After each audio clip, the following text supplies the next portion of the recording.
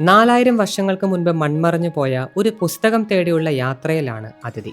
പലരോടും അതിനെക്കുറിച്ച് അന്വേഷിച്ചെങ്കിലും കൃത്യമായ തെളിവുകളോ ഉത്തരങ്ങളോ ശേഖരിക്കാൻ സാധിച്ചില്ല. വേറെ വഴിയില്ലാതെ നേപ്പാളിലുള്ള ഒരു ബുദ്ധ സന്യാസിയെ നേരിട്ട് കണ്ട് തൻ്റെ എല്ലാ കാര്യങ്ങളും അവതരിപ്പിച്ചു.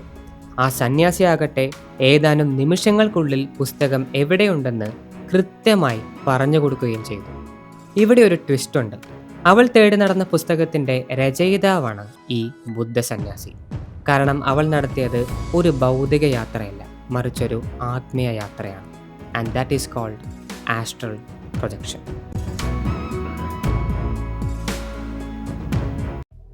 യൂഷ്വലി ഒരു പോയിന്റിൽ നിന്നും മറ്റൊരു പോയിന്റിലേക്ക് നമ്മളെല്ലാവരും ട്രാവൽ ചെയ്യുന്നത് ഭൗതിക ശരീരം എന്ന മീഡിയം ഉപയോഗിച്ചുകൊണ്ടാണ്, ദ ഫിസിക്കൽ ബോഡി.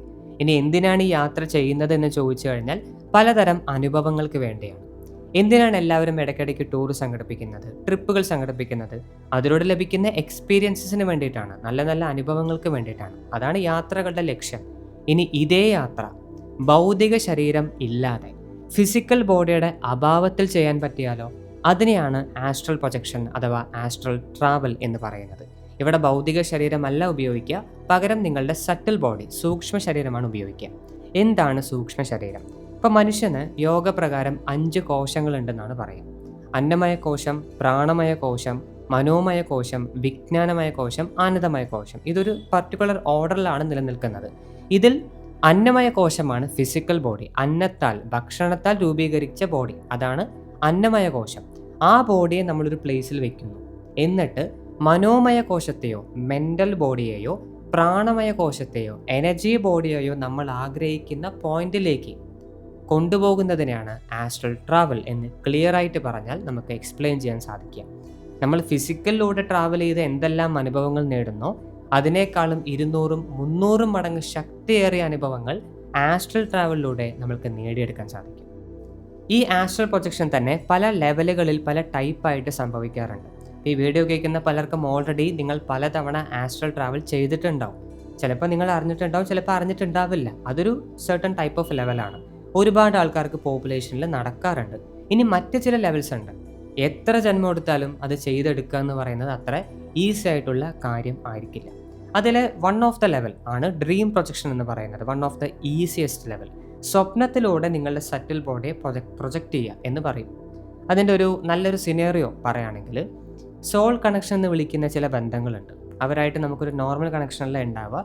ഡീപ്പായിട്ട് മെൻ്റൽ ബോഡിയിലും ഇമോഷണൽ ബോഡിയിലും എനർജി ബോഡിയിൽ വരെ നിങ്ങളെ സ്വാധീനിക്കാൻ ശക്തിയുള്ള ബന്ധങ്ങൾ, മനുഷ്യബന്ധങ്ങൾ, അതിനാണ് സോൾ കണക്ഷൻ എന്ന് പറയുന്നത്. ഇതിലെ നമ്മളൊരു 100 പേരെ എടുക്കണം. ഇങ്ങനെ കണക്ഷനുള്ള ഒരു 100 പേരെ എടുക്കുകയാണെങ്കിൽ ഇതിലേറ്റവും ചുരുങ്ങിയത് 20 പേരെങ്കിലും ആ വ്യക്തിയെ മുൻപേ സ്വപ്നത്തിൽ കണ്ടിട്ടുണ്ടാവും, അല്ലെങ്കിൽ ഡ്രീമിൽ അവർ നേരത്തെ അനുഭവിച്ചിട്ടുണ്ടാവും. ഇനി മറ്റൊരു സിനാരിയോ പറയുകയാണെങ്കിൽ, ഒരാളുടെ ഫ്യൂച്ചർ 20-30 വർഷത്തിന് ശേഷം അവർ ഏത് പൊസിഷനിലെത്തും എന്നുള്ളത് അവരുടെ ചെറിയ പ്രായത്തിൽ സ്വപ്നത്തിൽ കണ്ടിട്ടുണ്ടാവും. ആ ഫ്യൂച്ചർ ടൈം ലൈനിൽ അവർ ട്രാവൽ ചെയ്തിട്ടുണ്ടാവും, അതിനെ അനുഭവിച്ചിട്ടുണ്ടാവും. അവരുടെ സബ് കോൺഷ്യസ് മൈൻഡിൽ അതിൻ്റെ ഓർമ്മ നിലനിൽക്കും. ഇതാണ് ഡ്രീം പ്രൊജക്ഷൻ. നടക്കാൻ പോകുന്ന കാര്യങ്ങൾ, അല്ലെങ്കിൽ നിങ്ങളുടെ ഒരു ഫ്യൂച്ചർ ടൈം ലൈൻ എന്നൊക്കെ പറയില്ലേ, ഇതുവരെ നടക്കാത്ത, പ്രസൻറ്റിൽ ഇപ്പോഴും മാനിഫെസ്റ്റ് ആവാതെ നിലനിൽക്കുന്ന ചില ടൈം ലൈൻസ് ഉണ്ട്. അങ്ങോട്ടേക്ക് നിങ്ങളെ പുഷ് ചെയ്ത് കൊണ്ടുപോകുന്ന സ്വപ്നങ്ങൾ, ഇതാണ് ഡ്രീം പ്രൊജക്ഷൻ എന്ന് പറയുന്നത്. ഇതൊരു തരം ആസ്ട്രൽ ട്രാവൽ തന്നെയാണ്, പക്ഷേ സ്വപ്നത്തിലൂടെയാണ് സംഭവിക്കുക. And this is the most common thing. പോപ്പുലേഷനിലെ മിക്ക ആളുകൾക്കും ഇത് സംഭവിക്കാറുമുണ്ട്. ഡ്രീം പ്രൊജക്ഷൻ്റെ ഒരു പടി മുകളിൽ നിൽക്കുന്ന ലെവലാണ് മെഡിറ്റേഷനിലൂടെ നടക്കുന്ന ആസ്ട്രൽ പ്രൊജക്ഷൻ. ഇത് പല സമയത്തും ധ്യാനിക്കുന്ന ആൾക്കാർക്കാണ് സംഭവിക്കുക. 2-3 അല്ലെങ്കിൽ 10 വർഷങ്ങളോളം ധ്യാനിച്ച് സിൻസിയർ ആയിട്ട് അനുഭവമുള്ള ആൾക്കാർക്കാണ് ഈ ഒരു ട്രാവൽ ചെയ്യാൻ സാധിക്കുക. ആൻഡ് ഇതിൻ്റെ ഇൻട്രസ്റ്റിംഗ് ആയിട്ടുള്ളൊരു പാർട്ട്, ഇത് സബ് കോൺഷ്യസ് ആയിട്ട് സംഭവിക്കുക. ദാറ്റ് മീൻസ്, ഞാൻ അഗെയിൻ ഒരു സിനാരിയോ പറയാം. ഒരാൾ ധ്യാനത്തിലിരിക്കുകയാണ്. അവർ ഏതാനും മണിക്കൂറുകൾ ആ ധ്യാനത്തിൽ കണ്ടിന്യൂ ചെയ്തുകൊണ്ടിരിക്കുകയാണ്. പെട്ടെന്നൊരു പോയിന്റ് എത്തുമ്പോൾ അവർ പല കാഴ്ചകൾ കാണാൻ തുടങ്ങും, ഒരുപാട് വിഷ്വൽസ് കാണാൻ തുടങ്ങും, പലതരത്തിലുള്ള ശബ്ദങ്ങൾ കേൾക്കാൻ തുടങ്ങും. ചിലപ്പോൾ കോൺവെർസേഷൻസ് ആയിരിക്കും, ആരുടെയൊക്കെയോ സൗണ്ടുകൾ, ഏതൊക്കെയോ ഭാഷ, എന്തൊക്കെയോ സംസാരം. ചിലപ്പോൾ എവിടേക്കോ നമ്മളിങ്ങനെ ഒഴുകി നടക്കുന്ന അനുഭവം ഉണ്ടാവും. ശരീരം അവിടെയുണ്ട്, അവർ സ്ഥലത്തിരിക്കുകയാണ്, പക്ഷെ അവർക്ക് ശരീരത്തിൻ്റെ ബോധം ഉണ്ടാവില്ല, ചുറ്റും നടക്കുന്ന കാര്യങ്ങളുടെ ബോധം ഉണ്ടാവില്ല, അവർ ധ്യാനിക്കുകയാണെന്ന് പോലും ഓർമ്മയുണ്ടാവില്ല. കാരണം അവരുടെ ഫിസിക്കൽ ബോഡി ആ സ്ഥലത്ത് തന്നെയുണ്ട്, പക്ഷെ അവരുടെ സറ്റിൽ ബോഡി വേറെ ഏതോ തലത്തിലേക്ക് സഞ്ചരിച്ചുകൊണ്ടിരിക്കുകയാണ്. ഇങ്ങനെ പലതരത്തിലും പല സമയത്തും ജീവിതത്തിൽ ഗൈഡൻസ് കിട്ടിയ ആൾക്കാരുണ്ട്.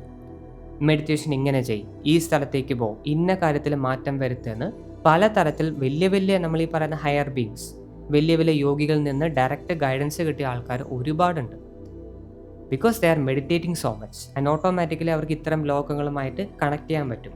ഇവിടെ സംഭവിക്കുന്ന മറ്റൊരു വ്യത്യാസം, എല്ലാവരും ഓർത്ത് വെക്കേണ്ട വ്യത്യാസം, ഇങ്ങനെ ജെന്യുവനായിട്ട് മെഡിറ്റേഷനിലൂടെ ആസ്ട്രൽ ട്രാവൽ ചെയ്യുന്ന ആളുകൾക്ക് മെഡിറ്റേഷൻ കഴിഞ്ഞാൽ ഇതിൻ്റെ ഓർമ്മയുണ്ടാവില്ല. എത്രയോ പേര് എനിക്ക് മെസ്സേജിലൊക്കെ ഞാൻ കാണാറുണ്ട്, ഞാൻ ഇങ്ങനത്തെ കളറ് കാണുന്നു, ഇങ്ങനത്തെ സൗണ്ട് കേൾക്കുന്നു, ഇങ്ങനെ ആരൊക്കെയോ സംസാരിക്കുന്ന പോലെ തോന്നുന്നു. അതൊന്നും ആസ്ട്രൽ ട്രാവൽ അല്ല, അത് ഹാലൂസിനേഷൻ ആണെന്ന് പറയും. മനസ്സിലുണ്ടാവുന്ന ഇമാജിനേഷൻസും തോന്നലുകൾ മാത്രമാണ്. ശരിക്കത്തെ ധ്യാനത്തിൽ സംഭവിക്കുന്ന ആസ്ട്രൽ ട്രാവൽ നിങ്ങൾ കണ്ണ് തുറന്ന് മറന്നു. ഞാനത് സബ് കോൺഷ്യസ് ആണെന്ന് പറഞ്ഞു. ആ ഒരു ധ്യാന തലത്തിൽ എത്തിക്കഴിഞ്ഞാൽ ശരീരമായിട്ട് ഡിസ്കണക്റ്റ് ആവുകയാണ് നിങ്ങളുടെ സറ്റിൽ ബോഡി തനിയെ. അതിന് പിന്നെ പ്രത്യേകിച്ച് ഇൻറ്റൻഷനൊന്നുമില്ല. സറ്റിൽ ബോഡി എങ്ങോട്ടോ അട്രാക്റ്റ് ആവും. ചിലപ്പോൾ പല ലോകത്തിലേക്കായിരിക്കും, നമ്മൾ നാഗലോകം അങ്ങനെ പല ലോകങ്ങൾ കേട്ടിട്ടില്ലേ, ആ സറ്റിൽ റേലത്തിലേക്ക് അത് പോകാം, അല്ലെങ്കിൽ ഏതെങ്കിലും ഹയർ മാസ്റ്റേഴ്സിൻ്റെ ഗൈഡൻസിലേക്ക് പോകാം, അല്ലെങ്കിൽ അവർ മറ്റേതെങ്കിലും സ്ഥലത്ത് ഇങ്ങനെ അലതിരുന്നുകൊണ്ടിരിക്കുന്നുണ്ടാവും. പക്ഷേ ധ്യാനത്തിൽ നിന്ന് പുറത്ത് വരാനുള്ള ടൈം എത്തിക്കഴിഞ്ഞാൽ സറ്റിൽ ബോഡി തിരിച്ച് ഫിസിക്കൽ ബോഡിയിലേക്ക് പ്രവേശിക്കും. കണ്ണ് തുറന്നു കഴിഞ്ഞാൽ അവർക്കൊന്നും ഓർമ്മയും ഉണ്ടാവില്ല. ഈ കണ്ട കേട്ട് മനസ്സിലാക്കിയ ഇൻഫർമേഷൻസും ഗൈഡൻസും അവരുടെ സബ് കോൺഷ്യസ് മൈൻഡിലായിരിക്കും കയറിയിട്ടുണ്ടാവുക. അവർക്കൊരിക്കലും അത് ഓർത്തെടുക്കാൻ സാധിക്കില്ല. പക്ഷേ അവരുടെ ലൈഫിൽ മാറ്റങ്ങൾ സംഭവിക്കും. ഇതാണ് ഏറ്റവും വലിയ വ്യത്യാസം. ഒന്ന് ഹാലൂസിനേഷനാണ്, ഓർമ്മയുള്ള എല്ലാ കാര്യങ്ങളും ഹാലൂസിനേഷനാണ്. ഓർമ്മയില്ലാതെ ഓരോ ധ്യാനം കഴിയുമ്പോഴും ആൾക്കാർക്ക് വരുന്ന മാറ്റം റിയൽ ആസ്ട്രൽ ട്രാവലാണ്. ഇനി ഏറ്റവും മുകളിൽ നിൽക്കുന്ന ലെവൽ ഏതാ ചോദിച്ചു കഴിഞ്ഞാൽ അതാണ് ഇൻറ്റൻഷണൽ ആസ്ട്രൽ ട്രാവൽ. ബോധപൂർവം ഇച്ഛാശക്തി ഉപയോഗിച്ചുകൊണ്ട് ഫിസിക്കൽ ബോഡിയിൽ നിന്നും സറ്റൽ ബോഡിയെ വേർപെടുത്തി അവരുടെ ആഗ്രഹപ്രകാരം മൂവ് ചെയ്യാം. ഇതാണ് ഏറ്റവും ഹയസ്റ്റ് ഫോം. ഇപ്പോൾ ഡ്രീം പ്രൊജക്ഷൻ പറഞ്ഞു, മെഡിറ്റേഷൻ പറഞ്ഞു, ഇത് രണ്ടും അൺകോൺഷ്യസ് ആണ്. സ്വപ്നത്തിൽ സംഭവിക്കും, നമുക്ക് ക്രിയേറ്റ് ചെയ്യാനൊന്നും സാധിക്കില്ല. അത് ഓരോരുത്തരുടെ ടെൻഡൻസി പോലെ സംഭവിക്കുന്നതാണ്. We cannot make it happen. അതേപോലെ തന്നെ മെഡിറ്റേഷൻ, അത് ഓട്ടോമാറ്റിക്കലി സംഭവിക്കുന്ന ചില കാരണങ്ങൾ കാരണം. ഇത് രണ്ടും അൺകോൺഷ്യസ് ആണ്. It can happen any time. പക്ഷേ ഇൻറ്റൻഷണൽ എന്ന് പറഞ്ഞു കഴിഞ്ഞാൽ ഇച്ഛാശക്തി ഉപയോഗിച്ചുകൊണ്ട്, അതാ പറഞ്ഞ് മഹായോഗികൾക്ക് മാത്രം ചെയ്യാൻ പറ്റുന്ന കാര്യം. ഒരു സ്ഥലത്തിരുന്നാൽ ഏതാനും സെക്കൻഡുകൾക്കുള്ളിൽ ശരീരത്തെ വിച്ഛേദിക്കുക, രണ്ടും ഡിസ്കണക്ട് ചെയ്യുകയും അവർ ആഗ്രഹിക്കുന്ന ലോകത്തേക്കോ തലത്തിലേക്കോ ഊർജ്ജങ്ങളെക്കുറിച്ച് അറിയാനോ, പർപ്പസ് പലതായിരിക്കും, അങ്ങോട്ടെല്ലാം സെറ്റിൽ ബോഡിയെ മൂവ് ചെയ്യാം. ഇതാണ് ഏറ്റവും ഹയസ്റ്റ് ആയിട്ടുള്ള ഫോർമാറ്റ്. പല മഹായോഗികൾ ഇത് ചെയ്തിട്ടുണ്ട്, പല കാരണങ്ങളുണ്ടാവും. അതൊന്നും സാധാരണ മനുഷ്യർക്ക് ചെയ്യാൻ പറ്റില്ല. റിയലിസ്റ്റിക്കലി സ്പീക്കിംഗ്, ഇതുവരെ പ്രോപ്പർലി ഡോക്യുമെൻ്റ് ചെയ്തിട്ടുള്ള പലരുടെയും അനക്ഡോട്ടുകൾ പ്രകാരം, പലരുടെയും അനുഭവങ്ങൾ പ്രകാരം, നിരീക്ഷണങ്ങൾ പ്രകാരം ഇപ്പോൾ പറഞ്ഞ 3 ടൈപ്പ് ട്രാവൽസ് മാത്രമേ നിലനിൽക്കുന്നുള്ളൂ. ഇതിൽ തന്നെ പലതരത്തിലുള്ള കൺഫ്യൂഷൻസ് ഉണ്ട്.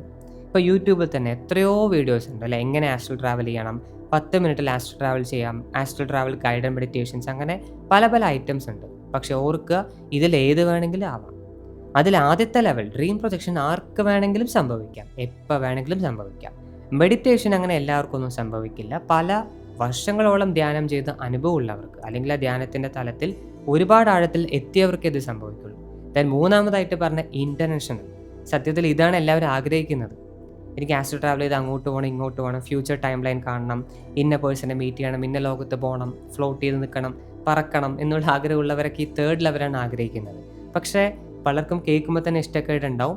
യാഥാർത്ഥ്യം എന്ന് പറഞ്ഞാൽ അത് ഒരുപാട് അഡ്വാൻസ്ഡ് ആയിട്ടുള്ള യോഗികൾക്കും ഋഷികൾക്കും മാത്രമേ ചെയ്യാൻ സാധിക്കുള്ളൂ. ഒരിക്കലും ഒരു വീഡിയോ കണ്ടതുകൊണ്ടോ ഒരു ബുക്ക് വായിച്ചത് കൊണ്ടോ ചുമ്മാ ആഗ്രഹിച്ചത് കൊണ്ടോ ഒരാൾക്കും ഇത് സംഭവിക്കാൻ പോകുന്നില്ല. കാരണം ഫിസിക്കൽ ബോഡിയെ സറ്റൽ ബോഡിയിൽ നിന്നും കട്ട് ചെയ്ത് മാറ്റുക, അതിനെ അകറ്റുക എന്ന് പറയുന്നത് തന്നെ വലിയൊരു എനർജി വർക്കാണ്. അത് സാധാരണ മനുഷ്യർക്ക് ചെയ്യാൻ സാധിക്കില്ല. ബട്ട് പ്രീവിയസ് ആയിട്ട് പറഞ്ഞ ബാക്കി 2 കാര്യങ്ങൾ ആർക്കും പോസിബിളാണ്.